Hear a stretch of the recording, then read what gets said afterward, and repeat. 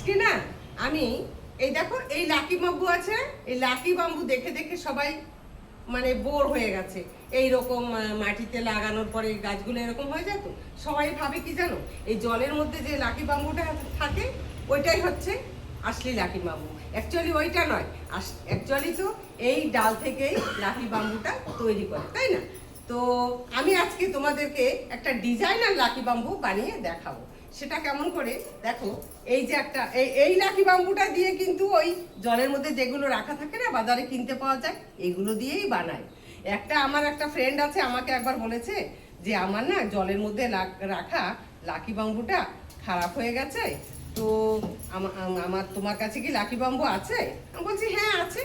তো আমি যখন নিয়ে গেছি লাকি বাম্বু, এরকম একটা ডাল নিয়ে গেছি ওর কাছে, বলছি না এইগুলো না জলের মধ্যে থাকে না, এরকম বাঁধা বাঁধা থাকে, সেইগুলো চাই। আমি বলছি আরে বাবা, এইগুলোই সেইগুলো।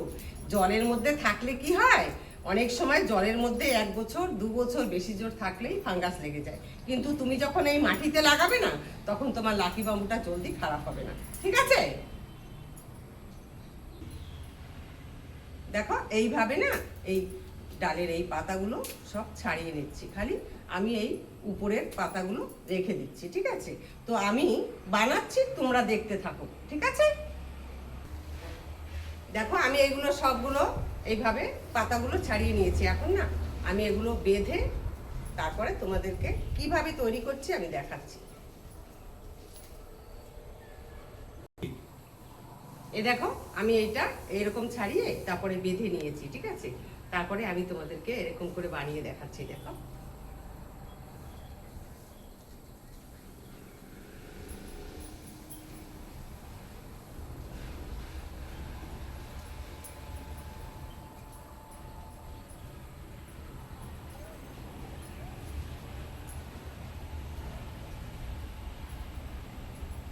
দেখো এইভাবে এইভাবে বানিয়েছি না, এখন এখানে এখানে বেঁধে দেব, বেঁধে দিয়ে তারপরে আমি মাটিতে লাগিয়ে দেবো।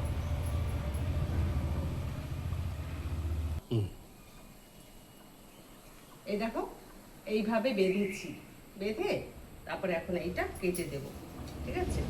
কেটে দিয়ে তারপরে দেখো আমি নিচের এইগুলো না দেখো বরাবর করে কেটে দিচ্ছি, ঠিক আছে? কেটে দিয়ে তারপরে কি মাটিতে আমি লাগাচ্ছি তোমাদেরকে দেখাচ্ছি, তোমরা না দেখতে থাকো, ঠিক আছে?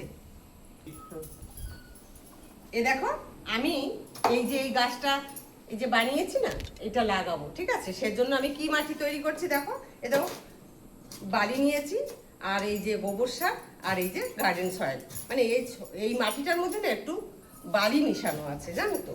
তো তাও আমি অল্প একটু বালি নিয়েছি যাতে করে মাটিটা খুব পোড়াশ হয়। দেখো এইভাবে এইভাবে মিলিয়ে নিয়ে তারপরে কোনো একটা একটু ভালো দেখাবে, কেন বলো? ঘরের মধ্যে রাখবো তো, পটটা যদি একটু দেখতে ভালো লাগে তাহলে আমাদের বেশি ভালো লাগবে। তা আমি একটু ফাঙ্গিসাইডও মিলিয়ে দিয়েছি এতে। এই গাছগুলোতে কি হয় বলো, যখনই আমরা এইভাবে জলের মধ্যে রাখি না, অনেকদিন জলে থাকতে থাকতে গাছে ফাঙ্গাস লেগে যায় আর গাছের ডালগুলো মরে যায়। জলের মধ্যে থাকলে শিকড়টা জলদি হবে, কিন্তু পরে পরে না কালো হয়ে যায়। তো আমি সাজেস্ট করব তোমাদেরকে যে তোমরা না সবসময় বেশিরভাগ মাটিতে লাগানোর চেষ্টা করবে, তাহলে তোমার লাকি বাম্বুটা খুব বেশি দিন বেঁচে থাকবে, ঠিক আছে? আর সুন্দর হবে। এই দেখো আমি একটা সামান্য একটা ডাল লাগিয়েছিলাম মাটির মধ্যে, দেখো কেমন শিকড় ছেড়েছে। তো এখন আমি এই পটটার মধ্যে ওই গাছটাকে লাগাবো।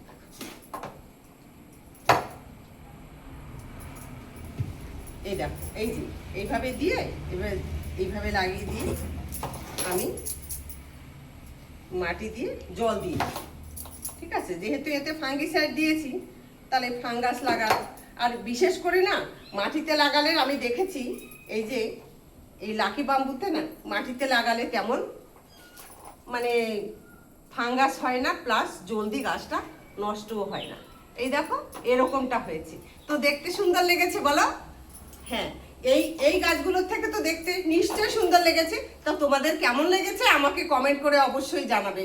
কমেন্ট কিন্তু তোমরা একদমই করছো না, তো কমেন্ট না করলে আমি তো বুঝতেই পারছি না যে তোমাদের ভালো লাগলো কি না, ঠিক আছে? তাহলে কমেন্ট অবশ্যই করবে। দেখো আমি না জল দিয়ে দিচ্ছি এতে, ঠিক আছে? তো তোমাদেরকে একটা কথা বলছি, তোমরা কি করবে জানো তো? আজকাল দোকান থেকে অনেক জিনিস কিনে গিফট করার থেকে না আমি মনে করি যে অনেক সময় গাছপালা গিফট করলে যারা বেশি গাছপালা ভালোবাসে না, অনেক তাদের কোনো প্রোগ্রাম হলে তাকে তোমাদের গাছ গিফট করতে পারো।